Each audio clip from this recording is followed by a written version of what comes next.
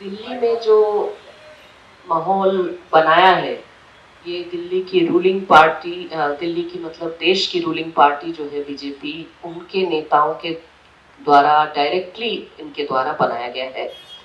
और इस समय यूएस के प्रेसिडेंट दिल्ली में है, देश में है, और शायद ये समय, इसी समय दिल्ली को इस तरह से जलाया जा रहा है।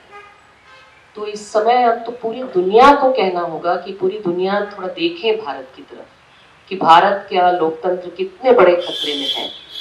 हमारे पास में लगातार मैसेजेस आ रहे हैं नॉर्थ ईस्ट दिल्ली के इलाकों से, जहां पर बिल्कुल ही जो बेहद गरीब मुस्लिम परिवार, वो कह रहे हैं कि घरों पर हमले हो रहे हैं, आगजनी हो रही है, उनके जाने खतरे में है, उनके बच्चे खतरे में हैं, उनका सामान खतरे में है। और ये भी देखा जा रहा है कि जगह जगह आमतौर पे जब ऐसा कुछ खतरा होता है तो क्या करते हैं, पुलिस को बुलाते हैं ना।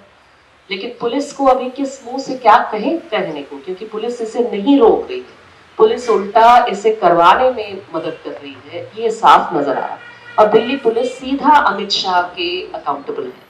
इसलिए इस मंच से तो मुझे लगता है कि हम अभी सुनेंगे और लोगों को जो यहाँ उन इलाकों से भी हैं और प्रोटेस्ट साइट से भी हैं और कोशिश कर रहे हैं। लेकिन मैं ये कहना चाहूंगी कि एक बात सिर्फ, क्योंकि आप मीडिया के लोग हैं, तो आप लोगों के जरिए इस बात को कहना जरूरी है कि इसे कोई दंगा, कोई क्लैश ये न कहा जाए।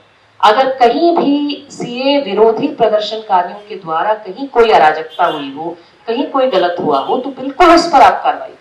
हम तो जानते नहीं है कि वो लोग कौन है जिन्होंने कोई अभी एक आया भी कि कोई बंदूक लेकर के कोई लड़का घूम रहा है, तो वो तो कहीं से कोई आंदोलनकारी के रूप में कोई पहचानता भी नहीं है उनको। ये कौन लोग हैं, क्यों किए हैं, किससे पैसा लेके कर रहे हैं, हम बिल्कुल नहीं जानते।